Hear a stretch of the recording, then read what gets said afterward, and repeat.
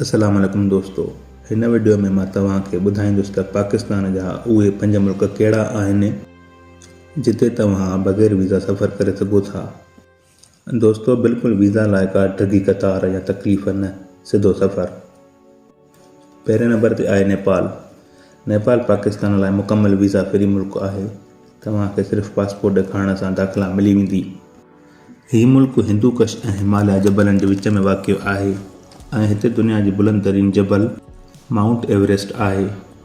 सियाहत, कुदरती नज़ारा, रूहानी माॻु हितां जी ख़ासि सुञाणप आहे। उन खां पोइ ॿिए नंबर ते आहे मालदीव्स, जिन खे असां मालदीव कोठींदासीं। मालदीव समुंड जे विच में हिकु ख़ूबसूरत ॿेट जो मुल्क आहे।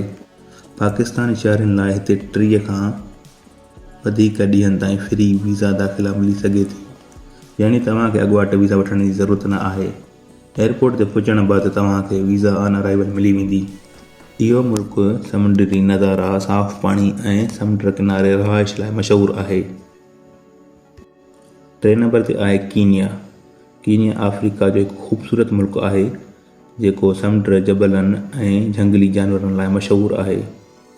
पाकिस्तानी शहरनि लाइ हिते वीज़ा ऑन अराइवल जी सहूलियत मौजूदु आहे।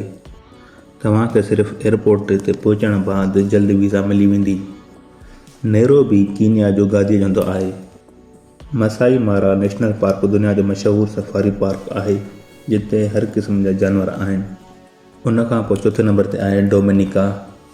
डोमिनिका कैरेबियन समुंड जे किनारे ते हिकु ख़ूबसूरत ऐं नंढिड़ो मुल्क आहे। पाकिस्तानी शहरी हिते 6 महीने खां वधीक बग़ैर वीज़ा जे रही सघनि था। कुदरती नज़ारा ऐं सफ़ाई हितां जी सुञाणप आहे।